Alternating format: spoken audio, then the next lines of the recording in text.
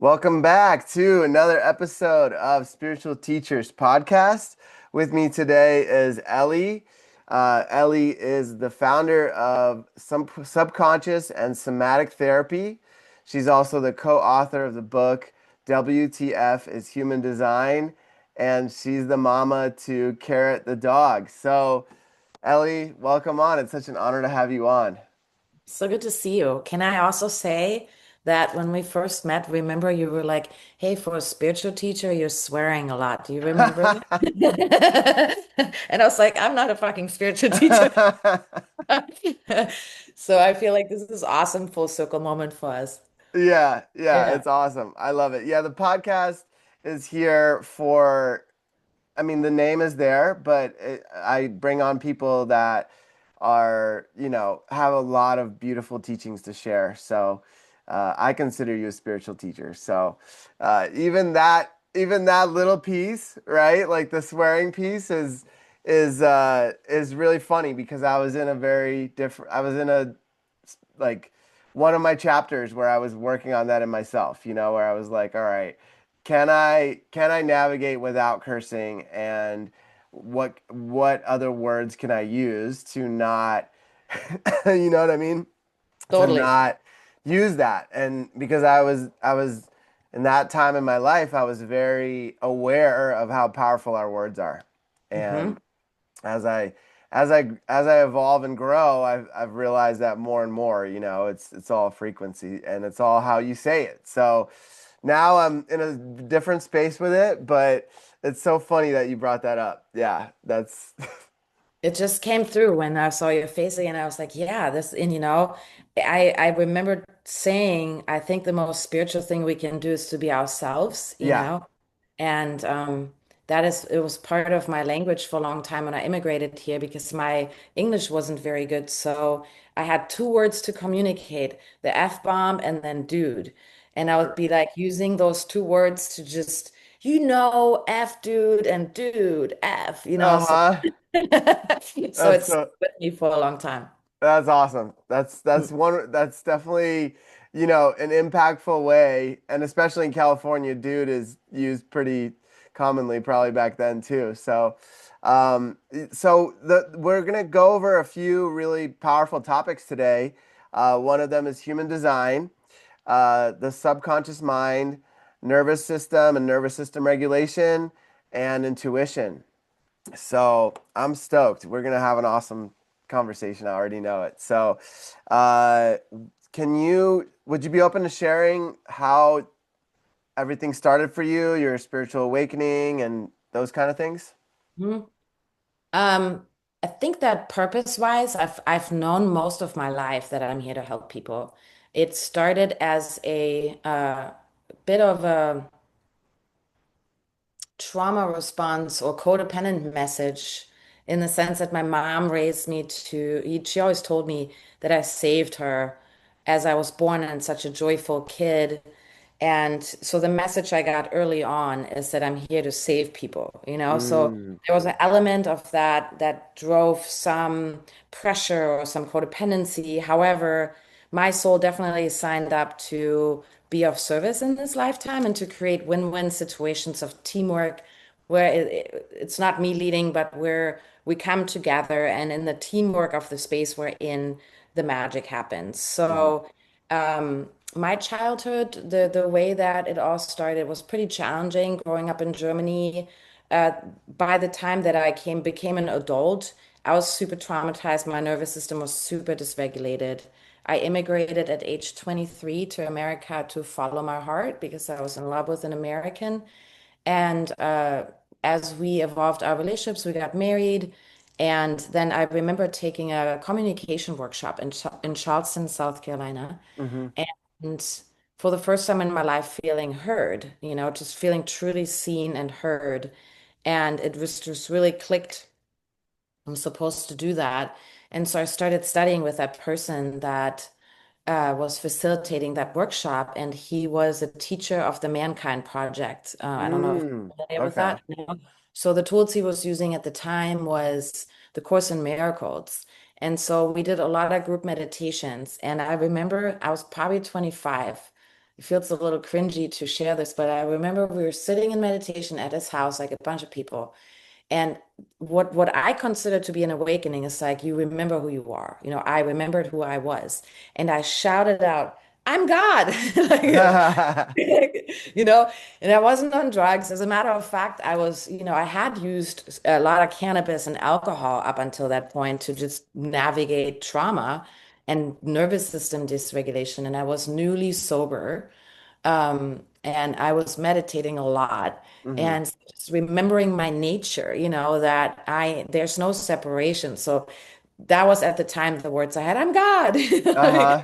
we're Uh-huh. all laughing and just like, and then I went back to sleep a few more, it's like, it's so interesting to me. Like now I'm 48. This was 25 years ago or something, and so at the time I didn't know shit. So I had this awakening, but and then I went back to sleep. Then I awakened again, went back to sleep. So it wasn't one time and then I just stayed there. It was just a lot of like waking up to who I am and then falling back asleep, waking up, falling back asleep. And in hindsight, it was mostly because my subconscious programs were just not supporting my spiritual awakening, Hmm. So, and that's really what I'm super passionate about is when we have spiritual awakenings, usually through either pain, like intense pain, or a desire to grow. So some people just have a desire to grow and are super curious and go there. Yeah. And for most people, I think it's sparked by intense pain, Yeah. a precursor, and then we have this awakening. How do we stay in that space? And so I've now gathered a lot more tools since then and just understanding to help myself and others to stay in that space or to recognize it's not just this one-time mystical experience we have on a plant medicine or in deep meditation, but that we can live in that state of magic and connection more often than not, that it's our new normal, that it's my new normal being a spiritual being in the human experience and not the other way around. So I'd say that was the first awakening. The other ones were through intense pain. I'd say the next one then was about 12 years after that when my marriage, I was married for 12 and a half years, just from one minute to the next, just boom, fell apart. And that pain was so intense, that awoke me again Hmm. to the understanding all is one and there is no separation. And then I realized I needed some deeper tools to make that really stay. Hmm. And now it's more like I have mini moments, every single day a little bit where I remember who I am and can be seeing your face or seeing my dog or just a whiff of the air. So now it seems more of a normal state of being to remember who I am and I don't have to work so hard anymore. Or the universe doesn't have to smack me 10 times. I'm Right. paying a little bit more attention now. I'm a little bit more present than I was at the time. But that was probably like the journey. And I don't think I meet sometimes people who had one awakening and who are able to stay there and who are just in this awakened state. That wasn't my story. So it was Mhm. more like uh, moments in meditation where I was seeking it, and then moments where the universe was like, okay, you need to pay attention. Boom, wake up, and Well, wake up. yeah, I'm really curious. So for me, I was one of those people that it happened and then I stayed there, right? And so I'm really curious, what were those moments? Do you remember like what would happen that would bring you back into that sleep state where you felt like you were out of it? Like what were you, was it alcohol? Was it um like these deeper traumas that you were processing? What do you think would take you back into that lower frequency?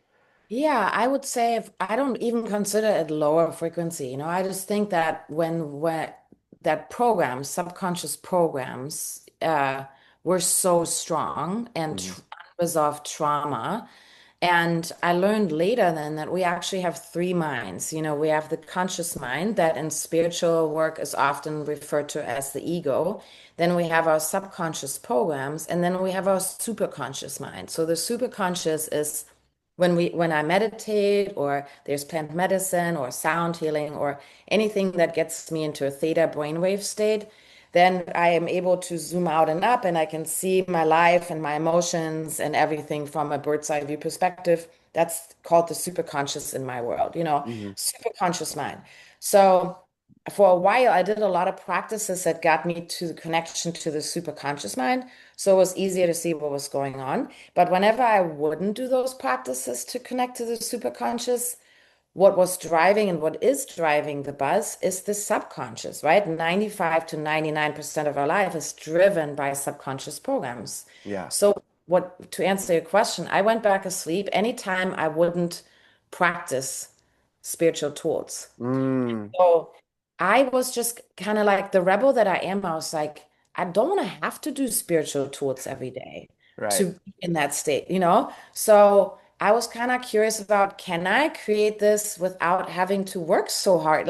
For a while, it was like I needed half a day of spiritual tools to spend the other half the day helping people, and then I had nothing left for anything. Hmm. Yeah. So it just something there felt unintegrated, disembodied, whatever you might call it. Yeah. And um, I also was like, okay, so the monks and the people that are living a spiritual life, they also don't live in busy America. So Yeah. I was, what else do I need to do so this becomes a little easier? And Yeah. so when I found subconscious tools to help me change the underbelly of what I was operating on. So it wasn't necessarily drugs or alcohol that lowered me down. It would be like I would go a day or two without connecting to source intentionally with meditation or breath work or prayer or whatever. And then before you know it, I would find myself in the programs, in the trauma responses, in the hopelessness, despair of the programs that I grew up with, if that makes That sense. makes sense. That makes a lot of sense. Yeah. And you brought up the book Course of Miracles. Did you ever end up going through that whole book? Several times, yeah. Wow. Um, that actually, so my dad and my dad's no longer in his body, and my dad is literally the dad I signed up for so I could experience intense pain and relational pain and emotional pain so I could learn what it feels like so I could help other people. I joke a lot of times with myself, like it's so funny to me that I help people feel their feelings because my dad was like, feelings are stupid, feelings are silly, especially yours. And then we'd get like, this was my dad and I, it was like oil and water. And there Hmm. was a lot of love, but like he was a German, there was a lot of physical violence and verbal and emotional violence. And I was so dysregulated. I was hardly in my body for the first 20 years of my life. And where was I going with this? That he was Programs. your teacher that kind of showed you that this Oh, is the what you Course in want. Miracles. Yeah, Oh yeah, yeah. yeah, So yeah, Course in Miracles. Yeah. So by the yeah. time I literally ran away from Germany to come to my, like a part of it was running towards love, right? Or what I thought was love. And the other part of us was like, I wanted to get the fuck as far away from my German dad as I could. Right. And when I learned about America in the 12th grade and that people didn't like what was going on and wanted to found their own country, I'm like, that's me. Like, Right. I Right. don't like what's going on. I want to leave. So I got as far away from him as possible, but like the trauma lives, no matter where you go, there you are, right? Right. So I got married and I realized like this is not going anywhere. So the Course in Miracles opened is a course in forgiveness. Yeah. It's a forgiveness course, right? So the first lesson, nothing is what it seems. This isn't a table, this isn't a computer, this isn't a body, nothing is what it seems. I was like, just Yeah. realizing that everything is belief, everything is yeah, and even every belief is already a limitation. So the first round I did with the Course in Miracles allowed me to see my dad in a different way, Uh, to see myself in a different way. And so then I did it again. Now I look at the Course in Miracles, I open it, I'm like, how did I ever understood this? It's so difficult to read. yeah. And at the time we were working with a mentor, teacher, and he would like break it down, what that even means. And yeah, I don't know if I would want to do it again, but what I took away from it was the power of perception and the power of belief.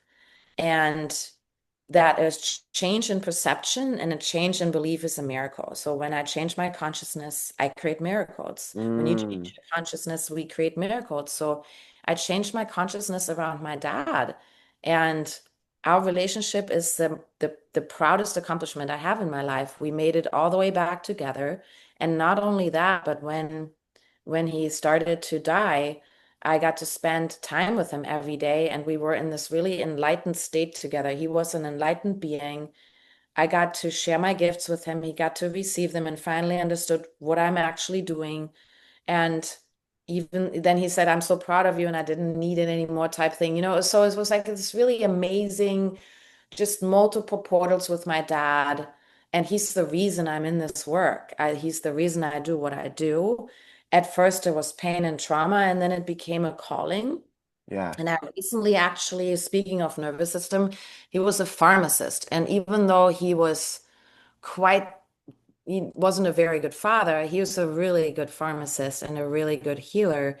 And he created this nervous system regulating tea. Oh, And I wow. recently started to make it and offer it, and that feels also really special. Yeah. So yeah, I'm a very the Course in Miracles was very powerful in laying the foundation for my understanding that everything is just belief. Yeah. And a belief is just a thought we keep thinking and believing. And just because we think something doesn't make it true, and Right. it changed. So that changed my whole world because the German programming is very much like you got to have an opinion and about everything, and you got to fight for that opinion, and you got to fight for what's right, and be right. Yeah. And I just no longer operate that way.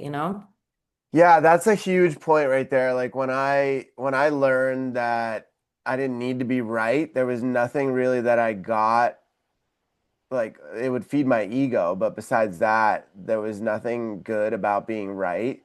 I could just and what is being right, right? It's like everybody thinks they're right about something, and in reality, that something could mean nothing, right? So it's a really that's a really powerful point about being right. Like that was letting go of being right was a huge liberating experience for me, for Yeah. sure. I mean, I don't know if I fully let go of it. I think having certainty in something is also really important. I just rather have certainty now in universal truth Yeah, rather than, like there's to me some universal truth for sure. that feel really true. And I'd be super open for that also to be dismantled. I ultimately believe everything is choice and everything is belief. So if you want to believe that nothing matters, believe that. If you want to believe everything matters, believe that. I always go to like, well, how does it feel? How does it feel? And if it feels good, I go with it. Mm, I do mhm. believe we're here to feel joy and to feel good. But that's also a belief that I hold. Yeah, yeah, it's really an interesting topic for sure. Yeah, uh I mean, I would say that for me, I don't fully, if I'm really real about it, I don't think that like everything.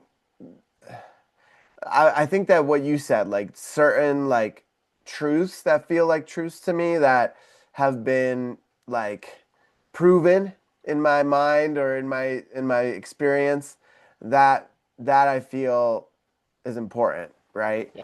And then but like what I meant by being right is like, okay, you have an opinion, I have an opinion, my opinion is better than your opinion. Like I've let go of all that, because I remember when I was working, one of the rules was you never talk about sports, you never talk about religion, and you never talk about politics because Hmm. those are the three things that divide people and really get people fired up. Hmm. And and it's so interesting because everybody a lot of people have very strong opinions about those things, and being right about either football team or either religion or either side of the same coin for a political party. Like at the end of the day, for me, those things, I don't care about being right because they don't really uh, in the bigger scheme of things, to me, they don't feel as important. It's those deeper truths that are underneath the religions, like the love and the core values of what those things were founded on is what's important to me, you know? Yeah, I agree. And money, sex, power are the biggest topics that divide people. And then really, I, I'm a type of person, I enjoy people of all backgrounds and opinions. And Same. I notice some people have friends that are just like them, that either do the same thing or believe in the same thing. And I really enjoy just going by how I feel around a certain person. And what's important to me when connecting to people is their level of consciousness, you Yeah. know? So a certain level of consciousness is a prerequisite for me to want to engage with someone. And again, that's maybe also a little bit divisive. I'm recognizing that. Yeah. So, yeah, Well, there's certain things that somebody can the depth somebody can go with somebody else when they're at a certain level of consciousness or frequency, like I like to say sometimes, right? I don't I find that with people that have done deeper work, that have really looked at themselves and really dove deep into themselves, those are the people that I really like to be around because those people I know, if I need to have a difficult conversation, they're gonna most likely be open to it. And if yeah, they're not, they may be open to being called forward on their stuff, you know? So, totally.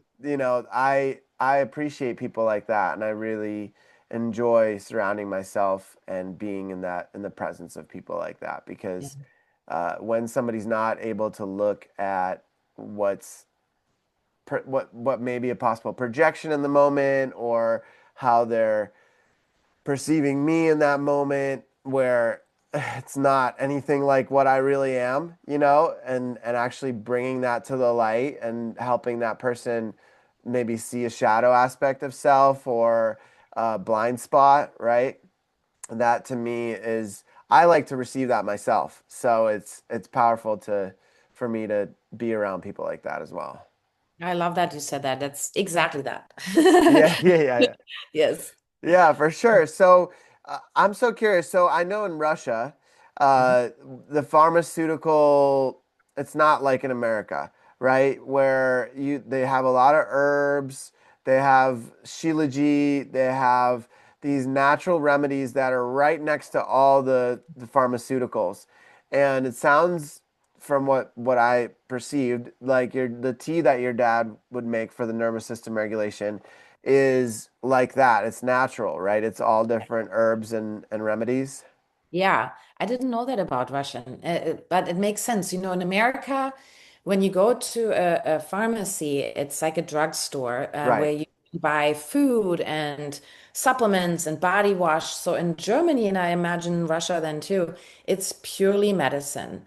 And there's pharmaceutical medicine, and then there's also natural medicine. And my dad is his human design is manifesting generator or was, so he was Yeah. definitely a genius in a lot of ways. And we grew up in a little village, and all the villages around us, people were super stressed out, village life and lots of farmers working super hard. So there's a lot of stress. And he knew 40 years ago that stress is the root cause of disease. Another term for stress is trauma. So he then made his own teas and his own essential oils. He actually Mm. had a lot of crystals. We forged crystals as a kid, but Wow.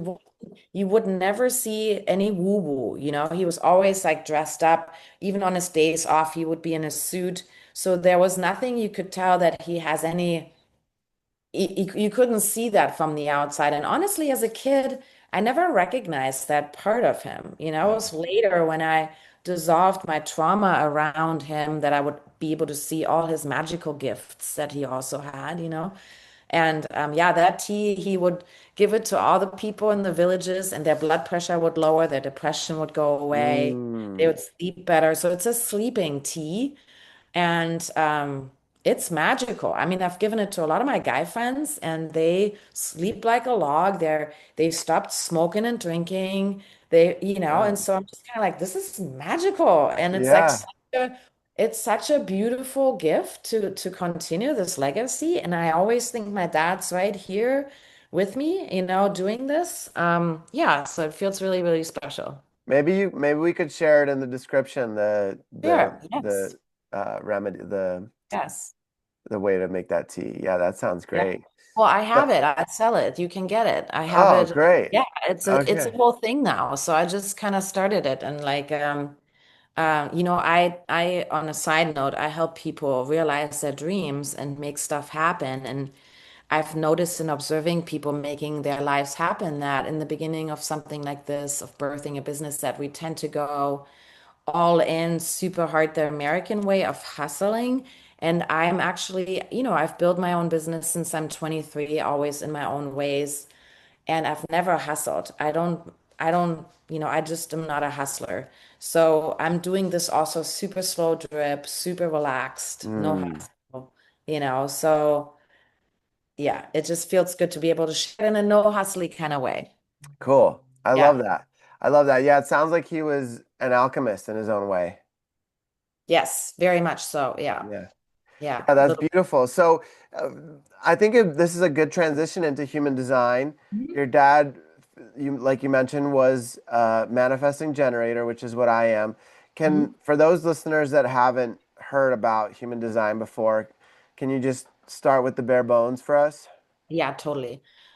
First of all, everything is belief. So human design is a concept, it's something that came as a download to someone in the late 80s.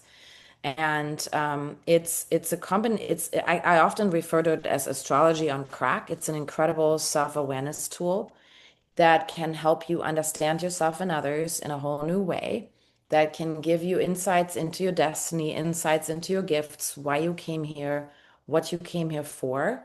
And I was first introduced to it in probably 2011 and dismissed it completely because at Mm, the time I was still living in a program that everything had to be academic and scientific. And it was just a stretch too woo-woo for me, you right. know? And my background is super sciencey, even though I kind of squat in both worlds. So at the time I was like, yeah, whatever. Somebody told me I'm a manifestor and I was dismissing it. And then I was probably introduced back into it in 2014, 2015. And so there's five archetypes in human design, five energy types. And then within each energy type, there's a ton of differentiation. Some human design teachers refer to it as the science of differentiation. Mm, So basically, there's like what, 8 billion realities, and it's 8 billion super different snowflakes. right. And then there's so much in spiritual teaching and in the therapy world and coaching that's very homogeneous. Like somebody would be like, hey, this is my way of getting to a six-figure life. And hey, this is my way how I got fit and skinny. And hey, this is how you should live life. Yeah. And I've been coaching people since I'm 19. Oh, So wow.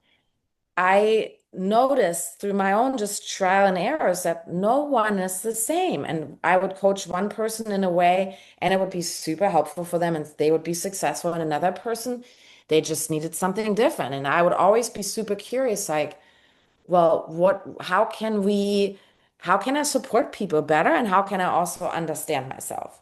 Yeah.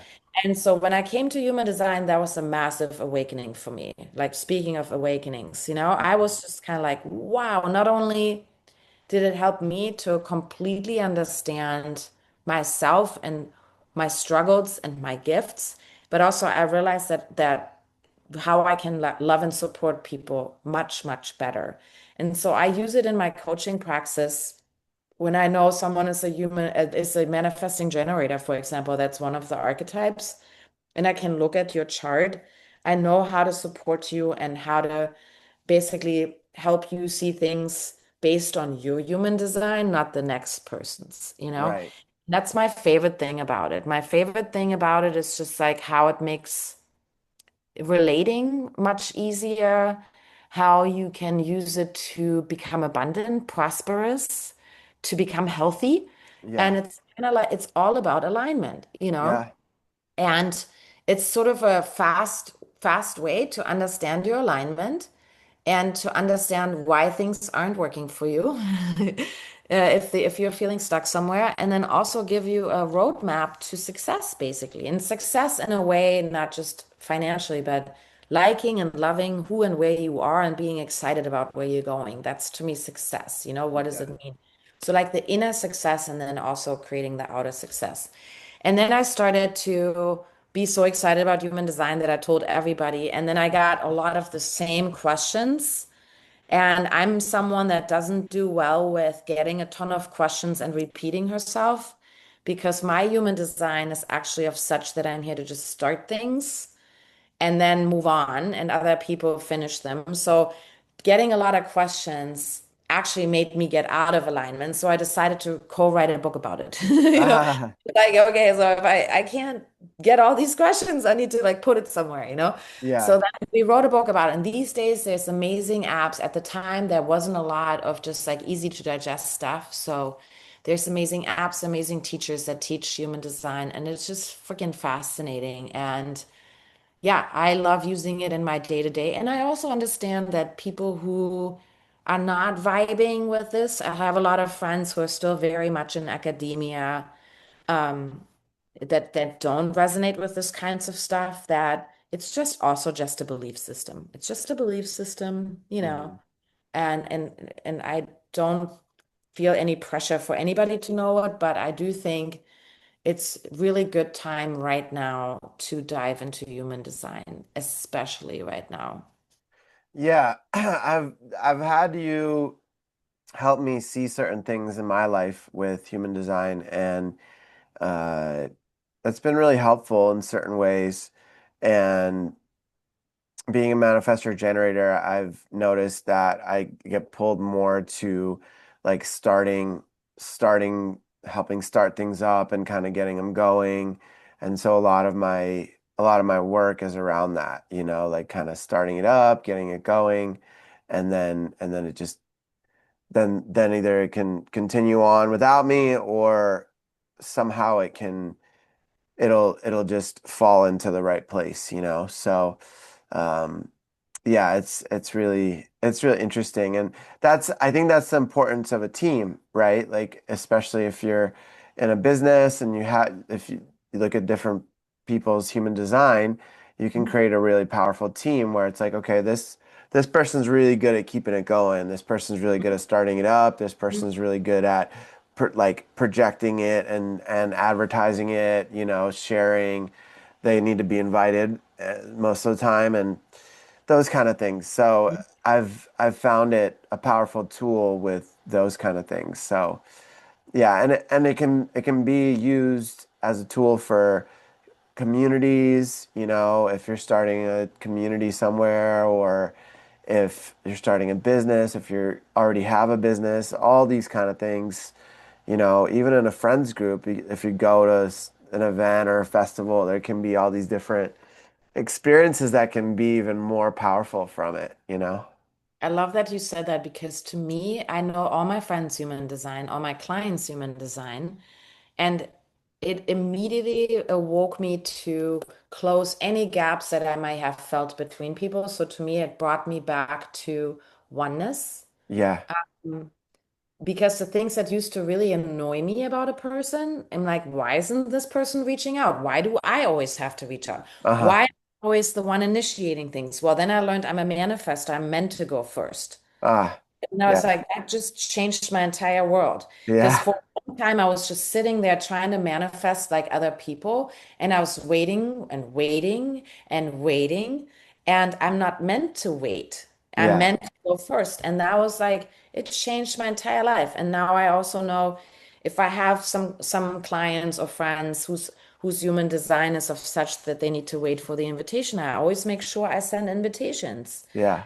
or with someone like you, I would give you something to respond to. Hey, do you want to do this or that? Right. You can feel into it. And in my own romantic relationship, he's also a manifesting generator. So I'm energetically leading, which is weird, right? Because we're programmed that the woman is following, but actually between us, I energetically lead. And Uh-huh. it's like just understanding all of that. And also, what I really loved about it is lifestyle wise. So Mm, one thing is relationally and team wise, and in a company, really putting the right people in the right place. The other one is lifestyle wise. So, what to eat, how to yeah. exercise, like whether or not you need a morning ritual or not. Like, there's so many things that you can see in your chart where all these books and all these teachings on like everybody should do this and everybody should do that. It just completely, and it's like it dismantles that, and it's so much permission to do what your intuition is already guiding you to. Yeah. And what I also love is it teaches you how your intuition speaks to you. So everybody's a little different in the way that their intuition communicates, you know? Yeah. And ultimately, why are we doing all of this? Or at least for me, the healing work or the subconscious somatic work that I offer is so that a person becomes their own guru and really sovereign and feels super resourced to move forward in their own connection to source and really trust their intuition and feels really empowered to handle their own lives. And Yeah. that's to me like the ultimate goal of a healing or growth path is so that the person is ultimately super dialed to their intuition, their inner knowing, knows what an F yes and F no feels like in their body, so they can make decisions they're proud of and live their best life.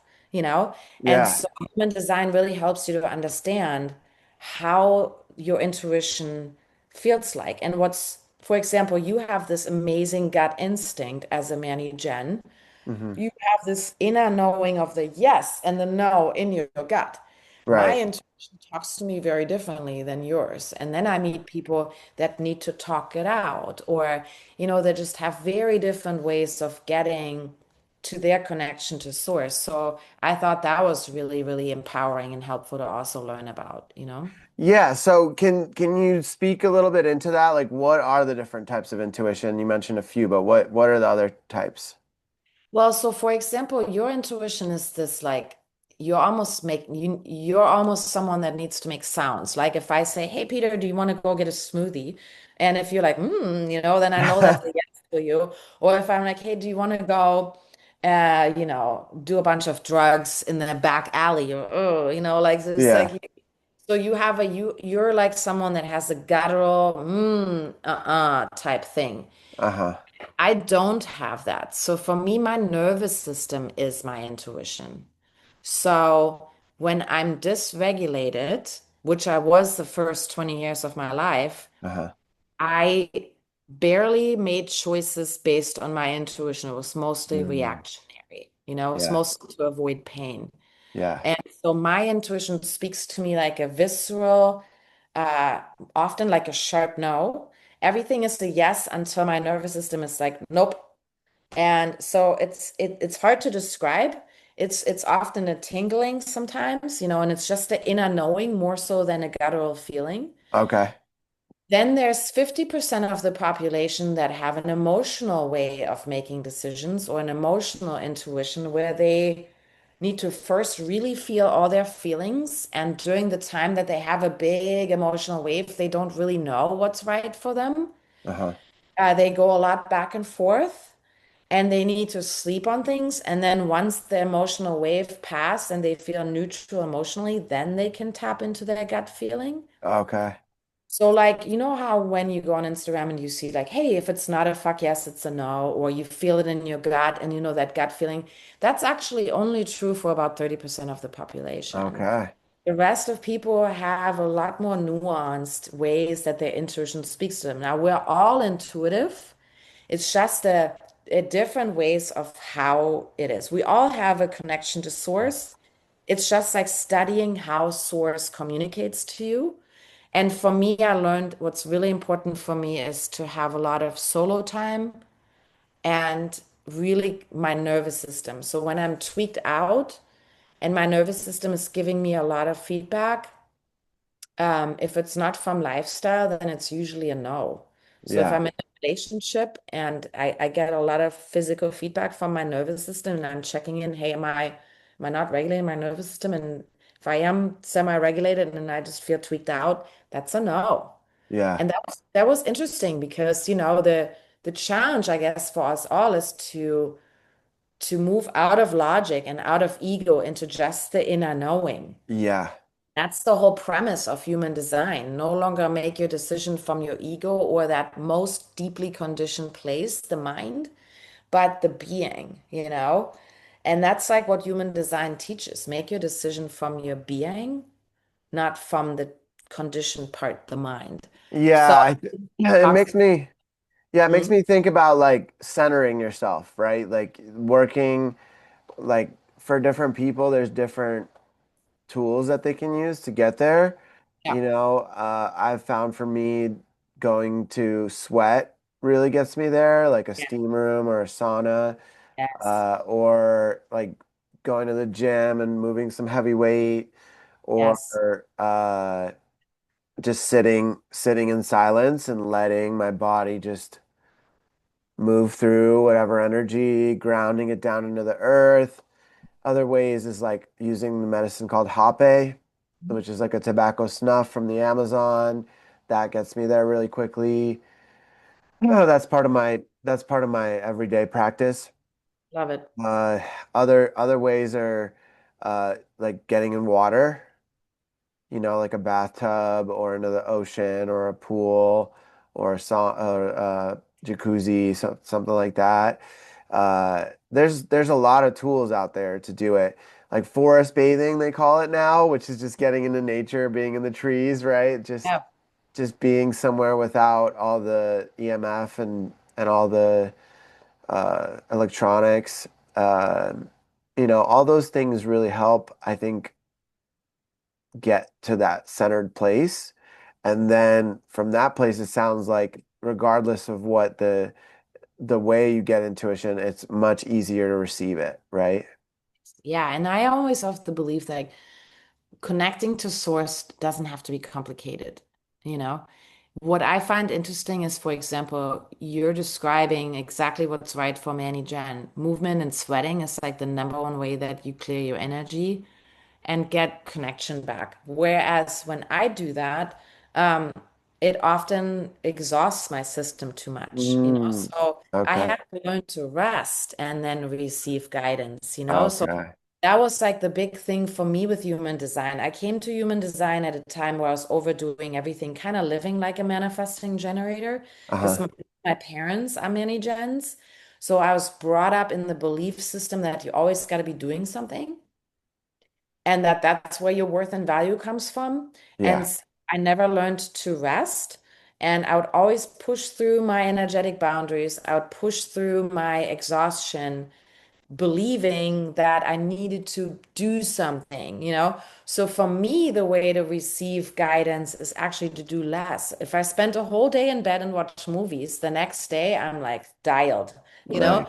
So, but Yeah. if you were to spend a whole day watching movies, you'd probably be depressed, like Yeah. Yeah. not your medicine. Yeah. So that's what I thought is so cool, like it doesn't have to be complicated and it can be such a relief to learn those little tricks, and Yeah. just yeah, and permission for me to lay in bed all day and do nothing.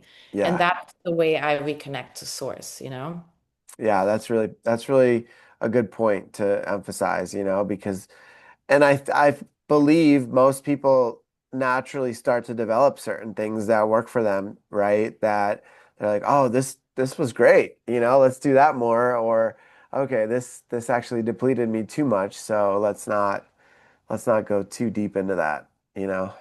Totally. So yeah, that's great. So for those people that are interested in human design, there's lots of apps where they can get your book that you co-wrote with. WTF is Human Design.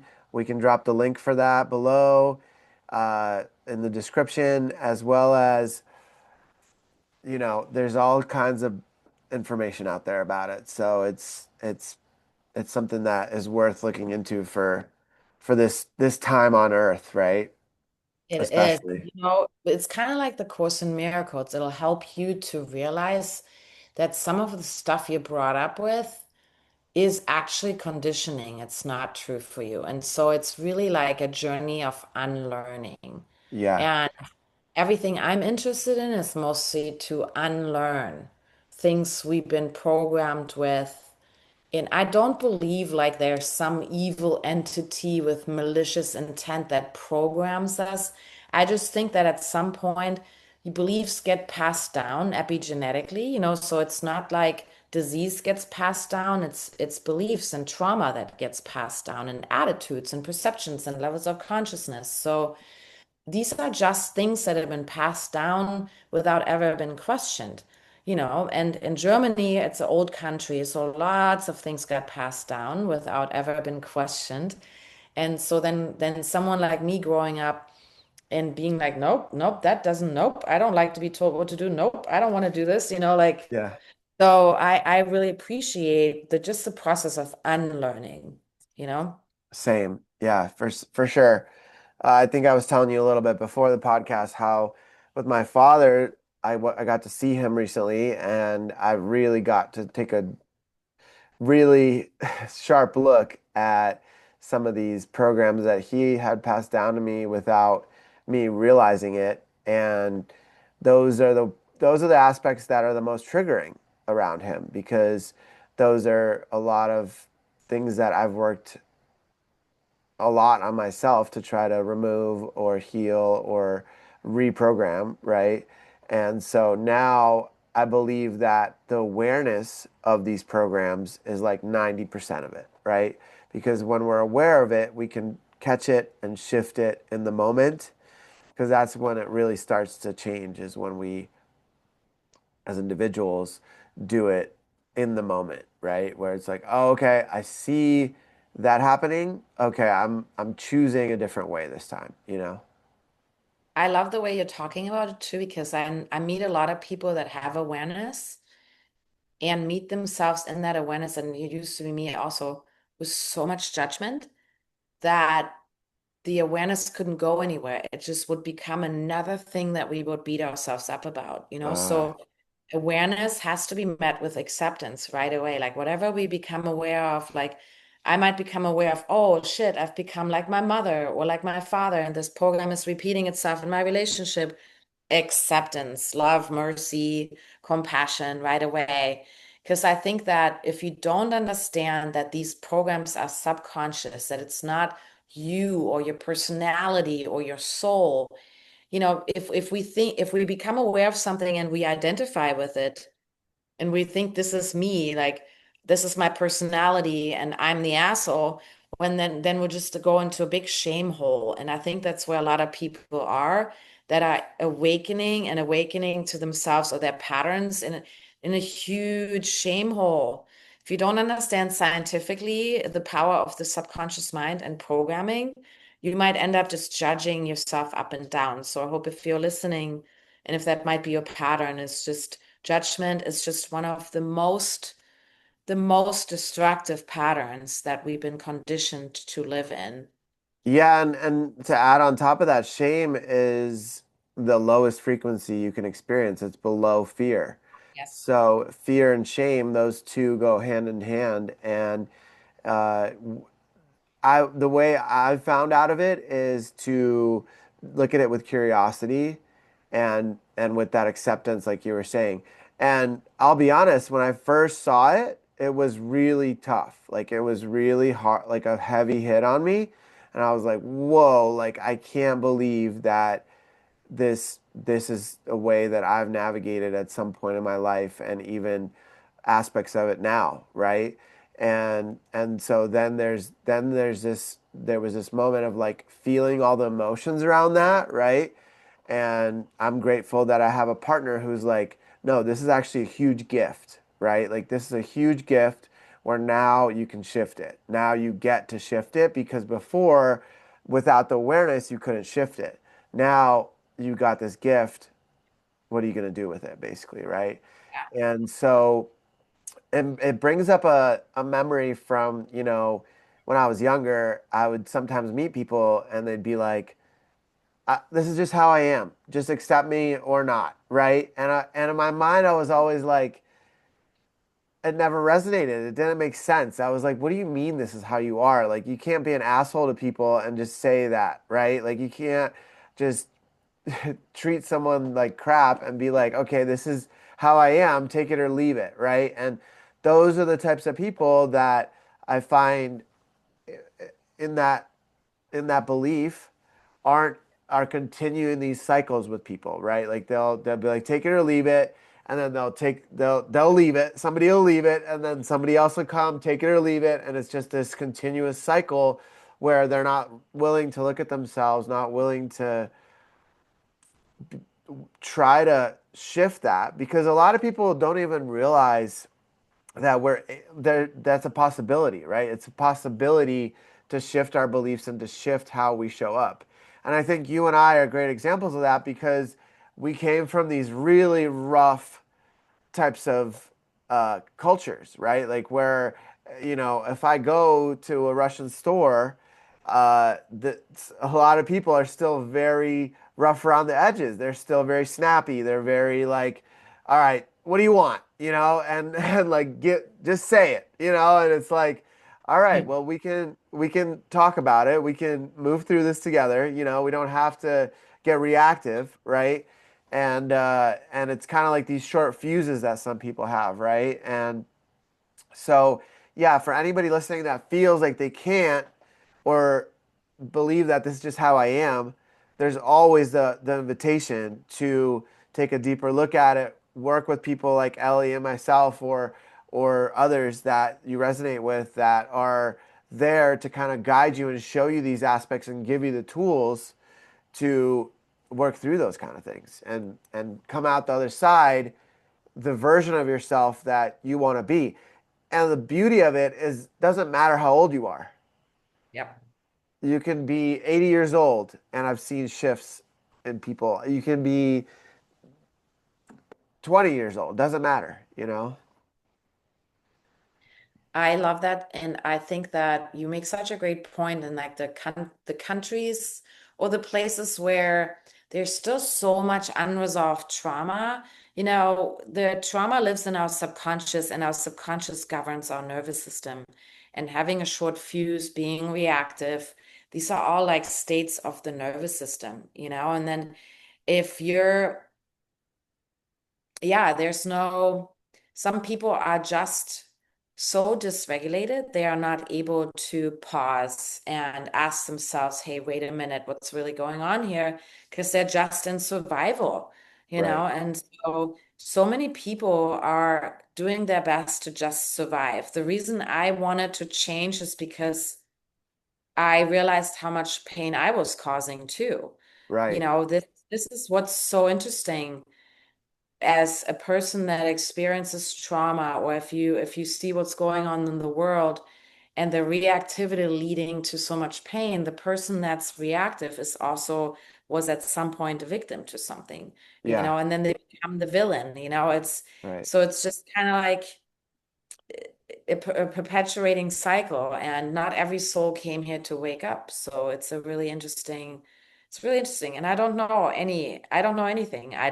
All I know is I'm responsible for my state of my nervous system, my level of consciousness. That's the best thing I can do. And before I took responsibility for myself, I'm pretty sure I was pretty harmful too. Hurt people.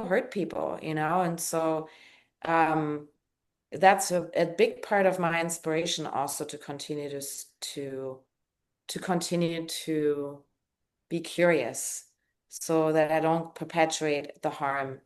Yeah. Yeah. That was a huge piece too, right? Where it's like we there's also an empowerment piece in that, right? Where it's like I'm responsible for everything that is happening to me. And I have the ability to shift that Yes. with the tools and with the awareness, right?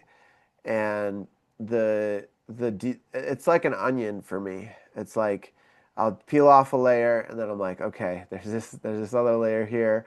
I didn't even know was there, or I haven't looked at in a long time or ever, right? And then that layer gets peeled off, and it's like, oh, okay, here's a little bit more, you know?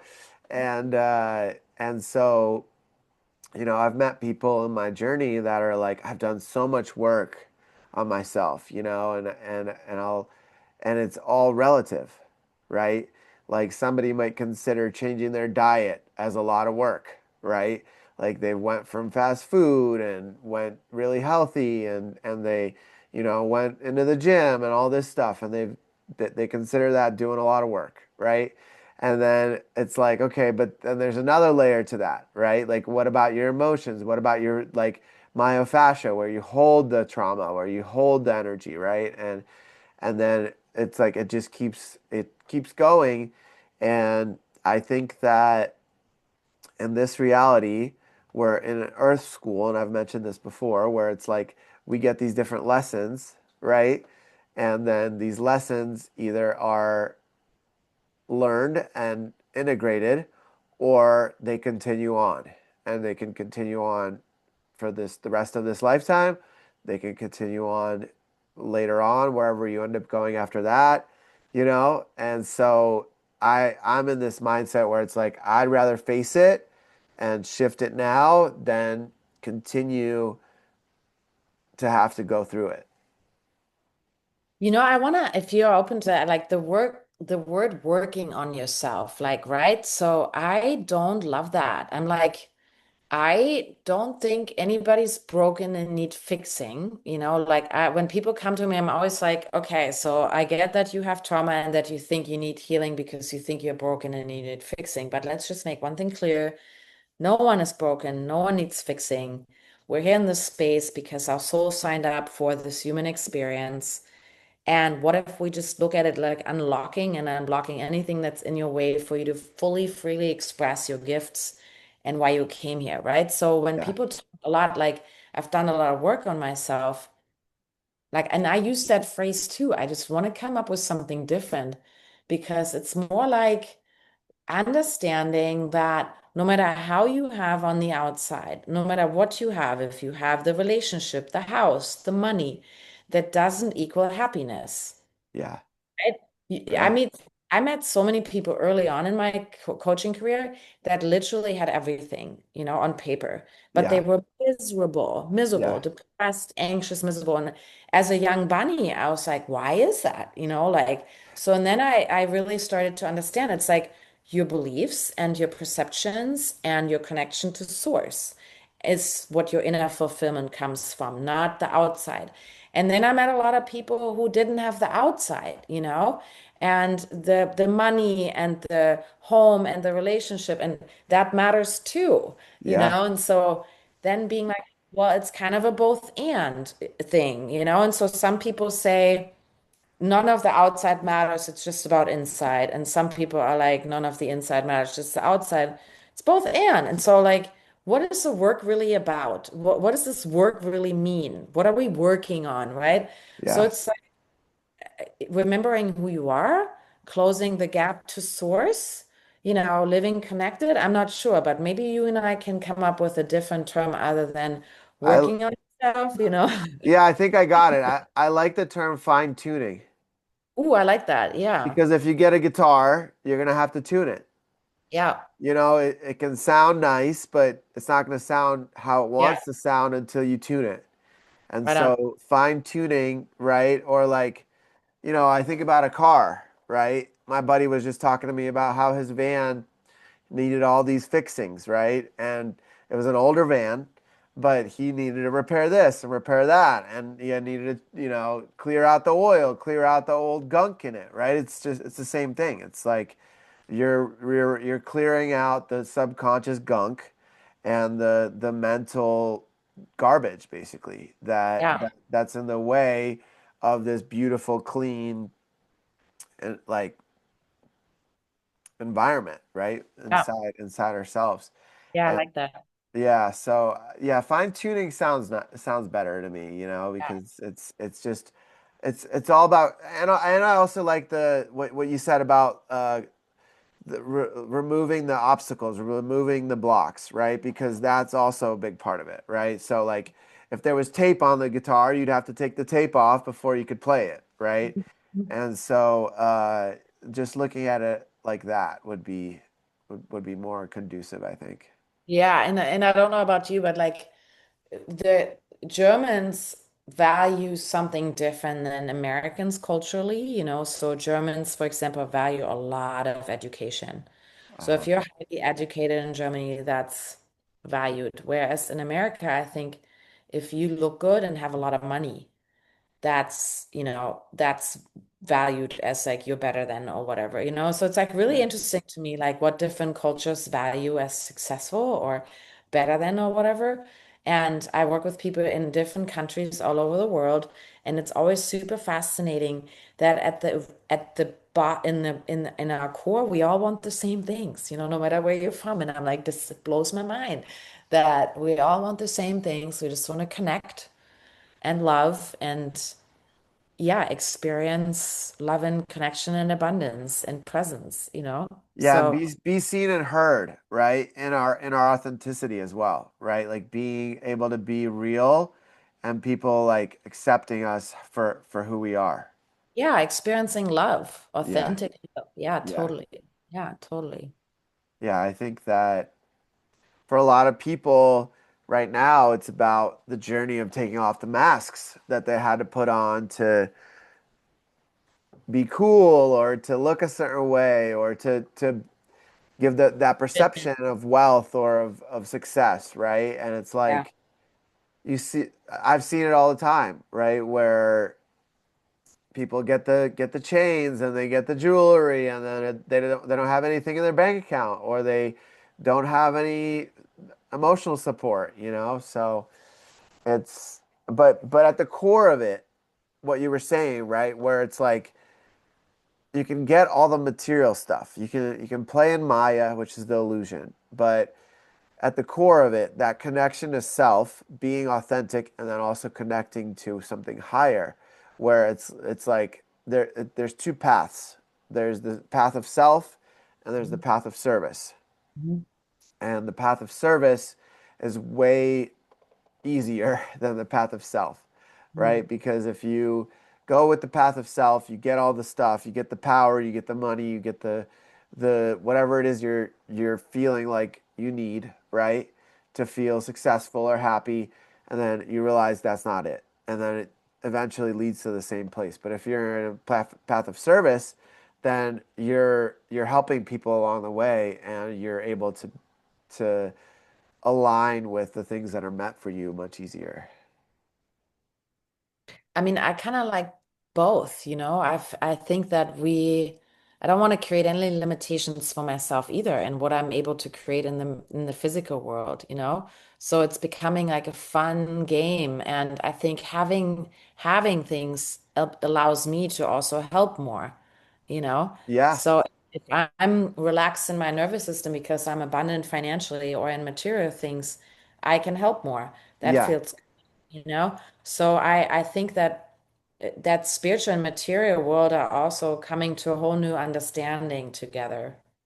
You know, it's no longer either or, but both and. And I like that. I like that a lot of things are coming both and these days, you yeah, know? yeah, yeah. I mean, not to say that one,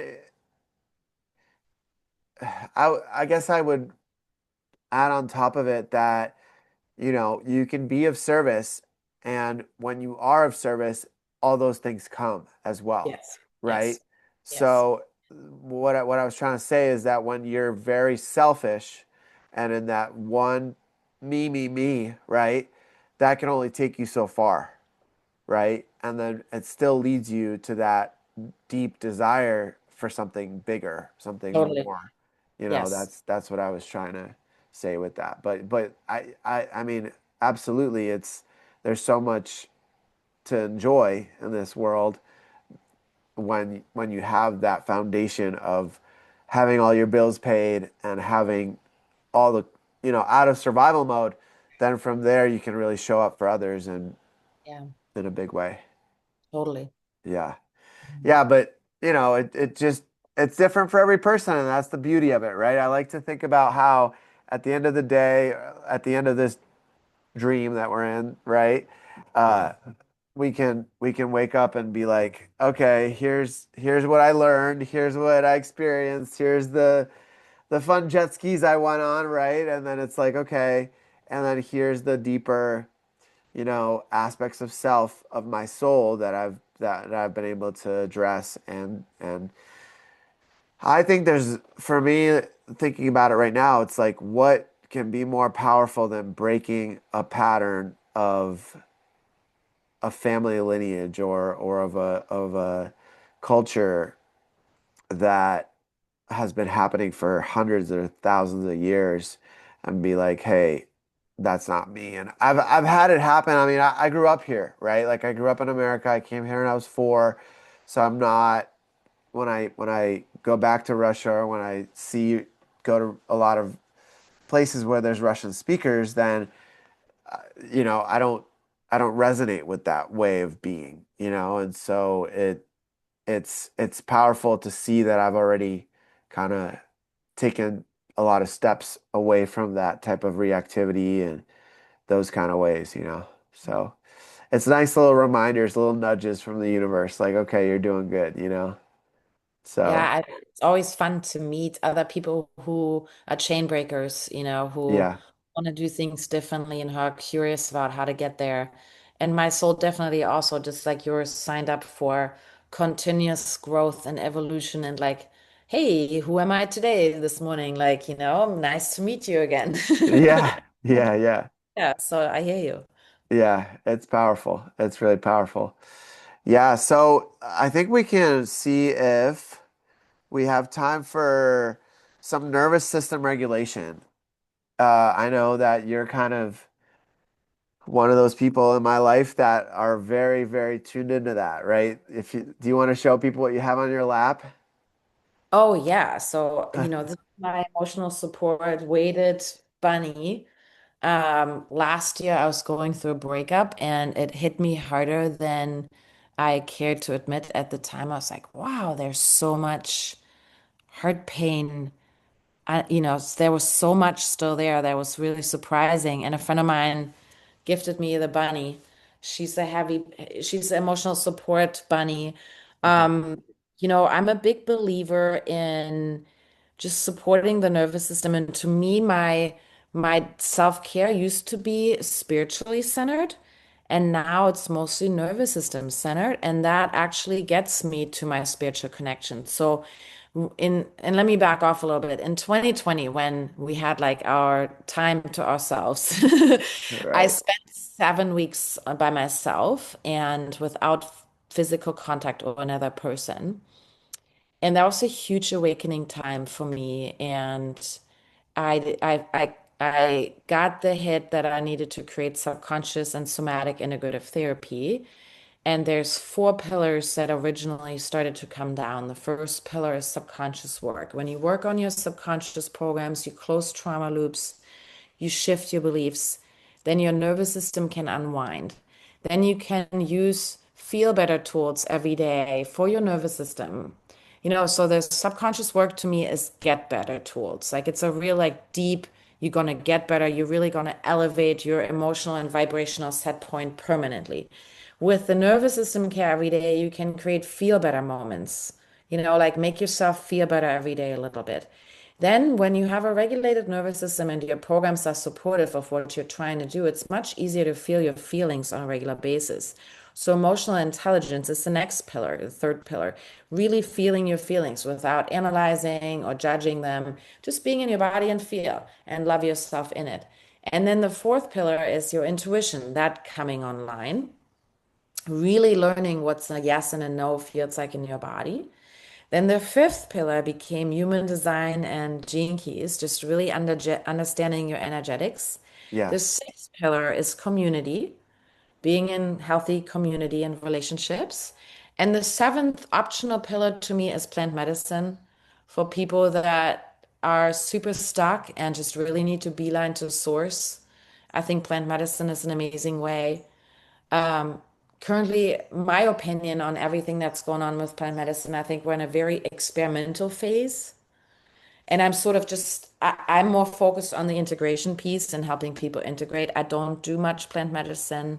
I have in the past, and I haven't in a long time. And I'm just kind of like curiously observing what's going on and helping people with the integration piece. But these to me are the seven most important pillars Yeah. that help us really leverage this divinely intelligent system that we have.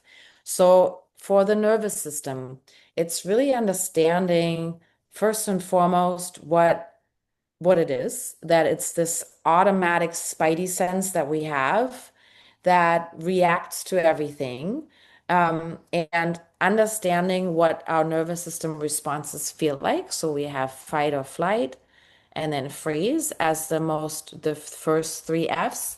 Fight would be, being super reactive, wanting to just react with confrontation. Flight being like wanting to run away.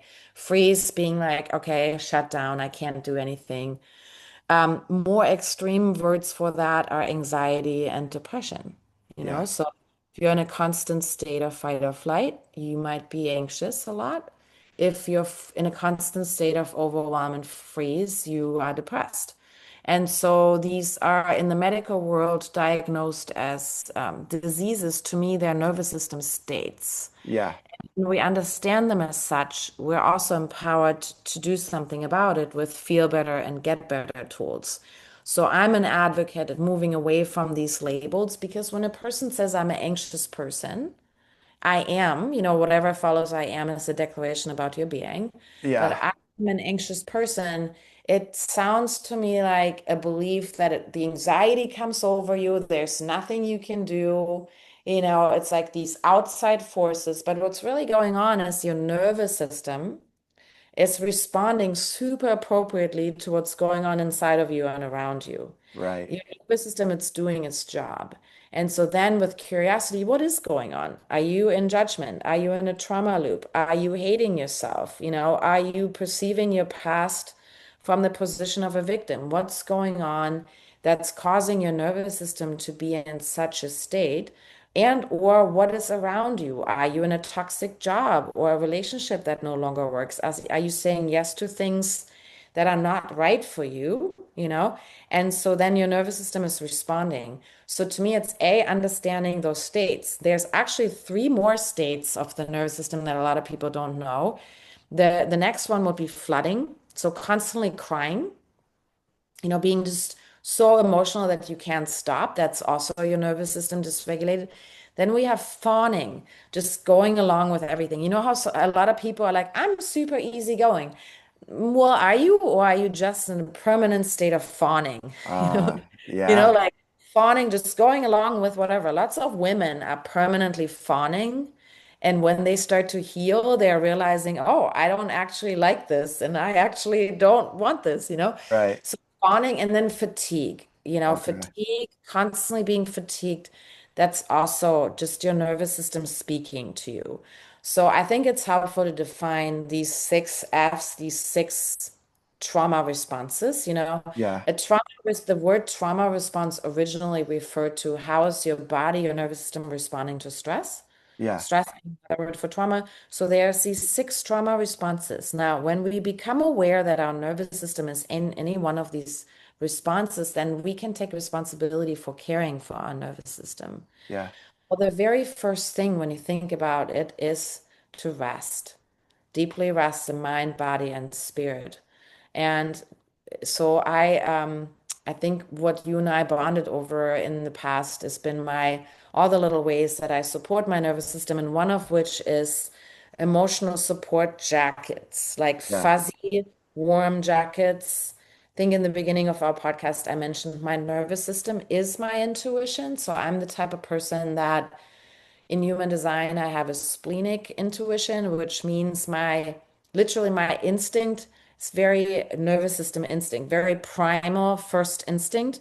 So if I feel too raw, if I'm not like supported physically with something heavy or material that's supported, I may not notice my intuition, my nervous system might get easily dysregulated. So I like to wear clothes that are super emotionally supportive. Yeah. Then this thing here, I'm feeling my nervous system is fried from this week. As the moment of our recording, it's September 12th. Yesterday, our country witnessed an I can't even say it. Somebody got killed, you Yeah. know? And so my Assassination. nervous system is like, whoa, there's a lot going on, and I feel that. So I felt like sitting here with something heavy on me gives my nervous system the signal I'm safe. I can relax my mind and body. I can find my breath, you know? Yeah. And so then I like to also teach people to directly work with their vagus nerve and understand their amazing physiology. My first college degree was a physical therapist, so I taught people a lot how to just use their physical body to make themselves feel better. So here's two super fun tips that everybody can do. So let's say your trauma response or the way that your nervous system communicates might be more on the anxious side. So if you're more of an anxious person, then you might want to work directly with your vagus nerve. And one of the things you can do is stick your finger in your ear if you want to try that Yeah, with let's me. try it. So the anatomy of the vagus nerve, like you can touch it directly in your ear and get really deep into the hole. Uh-huh. And even just doing that, can you feel how it's a little bit like downshifting? You're like, oh, this is kind of nice. It's a little relaxing. And It's then, a little painful for me when I do it. okay, cool. That's Yeah. interesting. And so Yeah. push down into a little bit and then pull down. Uh-huh. As if you're like doing a little bit Yeah. of the, yeah. Little hook. Yeah. So then breathing deeply. So you're just kind of like calming the vagus nerve. And it can really help. Yeah, it can help a person come back into the window of tolerance. Yeah. So in nervous system language, there's a window of tolerance where we're not super reactive, where we can like respond to life and see another person's point of view. We're centered, we're present. And then if you get out of that window of tolerance, we're just in fucking reaction, like, Right. ah! And it's Yeah. like, and then going into patterns. So it's always really cool to ask yourself, am I in the window of tolerance or am I so fried that I'm already in fight, flight, freeze, flooding, fawning, fatigue? So working with the vagus nerve directly, if you are more on the anxious side, can be really helpful. It runs down your neck. The one branch goes to the front all the way down to your belly, the other one all the way to the back. So yoga practices, especially more of the restorative kind of things, a lot of the breathing techniques, alternate nostril breathing, a lot of the slow hatha yoga, and especially working with the neck, phenomenal for your vagus nerve, Yeah. Side body stretches, just anytime you work with yeah, it's just, and we intuitively do that. When we feel stressed, we intuitively start to stretch our necks. But this tension that a lot of people are feeling in their necks, that's like your nervous system constantly giving you feedback. So Yeah. direct working with the ear, I like to tell people that. Now, if you are in more of a state of depression a lot of times, if you find yourself shutting down more, then there's an exercise where you can train your nervous system to basically come back online. And I'm intentionally not using scientific terms just so that it's a little more accessible. So Yeah. basically, if you find yourself often depressed and like you just want to like check out, try this. So take your hands behind your head just so you can get your head straight and then your nose points straight ahead. And then, Interlacing your fingers behind the head. yeah, and this is just to hold your head in place. So this is Okay. just to hold you, but you can do it without it, but most people start to turn their heads when you do the exercise. So this is just to keep it in place. And then turn just your eyeballs to one side and wait for your body to respond by either yawning, sighing, or swallowing. So I typically wait for my body to swallow. So just look over and wait for the swallow and then other side.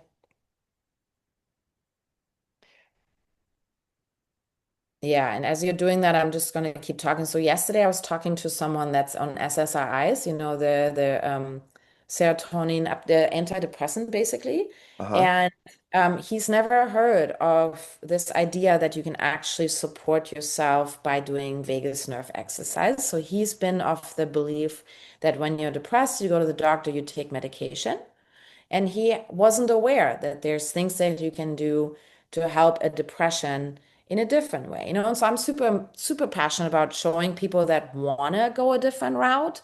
Yeah. I'm antidepressants. It's just that I meet a lot of people that have been on medication half their lives. Wow. Like I one time had a client, she was on medications for 30 years and wasn't informed that there's a different path. And the downside of antidepressants is it depresses all feelings, Yeah. right? So it also depresses intuition. And so these medications are meant to be just for a short period of time, if anything. Yeah. So this vagus nerve exercise can help you come back online. And when you do it a few times a day over the course of a couple of days and weeks and months, your system can move through grief and difficulties with more bandwidth. Yeah. Now, doing this exercise is not going to fix your relationship or make you more money or Right. like solve the problems that got you, unquote, depressed in the first place, but they give you the bandwidth and the energy to deal with those things again, Yeah. to reconnect to your intuition so that you can get the guidance from source of what the solution might be for your life. So Yeah. they bring you the energy back. So maybe you can try it for a couple of days and then tell me, like it's Yeah, I'd super. love to. When I don't want to do something, like let's say, like I remember when was this? A couple months ago, taxes. And Oh I God. found myself like in my nervous system, like wanting to shut down and procrastinate, and I, Yeah. I could feel it like I don't want to do this. And I could feel my nervous system getting dysregulated. So I did this exercise and boom, I was back online. I was like, okay, I can do the taxes thing now. And I sat down and I made it pleasurable and in gratitude and all the things. But my nervous system needed some loving to do that. And so I just want to tally off a couple of lists, things for the nervous system. I think one of the most powerful things we can do for our nervous system is lots of time in nature, Yeah. the, ob- the obvious stuff, lots of time unplugged from technology. And then also really easy things like no drugs and alcohol. I mean, super easy, right? Like, and I say easy in the sense that it's pretty clear what's dysregulating. Yeah. And we have now all these adaptogens and all these things, and they're extremely expensive. So if you want to do free things for your nervous system, put bare feet on the earth every day, 10 minutes, get sunshine every day for a few minutes, get into breath work and meditation every day. Um, just the practice of pausing when something happens and connecting to yourself, always coming back to your center, basically. There's so many different things these days that we have available for nervous system regulation. We Germans, we really love contrast therapy. I'm a huge fan of cold plunging Oh yeah. and sauna, Yeah. that really helps my nervous system. Sleep, of course. My dad's tea, Yep. amazing for your nervous system. So there's a lot of things that are absolutely free, and our bodies are designed to be in homeostasis. And if we learn a little bit more about our anatomy and physiology, it's really easy to be in the window of tolerance. But just knowing that most of us are living outside the window of tolerance and may not never have been inside of it, like me, I spent the first 20, 25 years dysregulated, disassociated in patterns, in survival, never really safe, present, and in the window of tolerance. And if we can learn that and just focus on that, regardless of your political or spiritual views, that would already make such a big difference in the world if we just have a regulated nervous system, Big you time. know? Big time. Yeah. For sure. Well, thank you so much, Ellie, for coming on today and for sharing all of your beautiful wisdom and all the amazing techniques. So, for anybody listening, this is also on YouTube. You can type in at Spiritual Man or Peter Lightbear, Petr Lightbear. And you can find everything there. We'll drop all the links for how to connect with Ellie. Ellie's an amazing coach and mentor. So if you want to work with Ellie, I'll drop all the links and the links to her tea and anything else that we think of in the meantime, we'll drop into the description. So Ellie, thank you so much again. It was such an honor to have you on. Thank you so much for the opportunity, Peter. So much love to you. All right, love you. Until next time.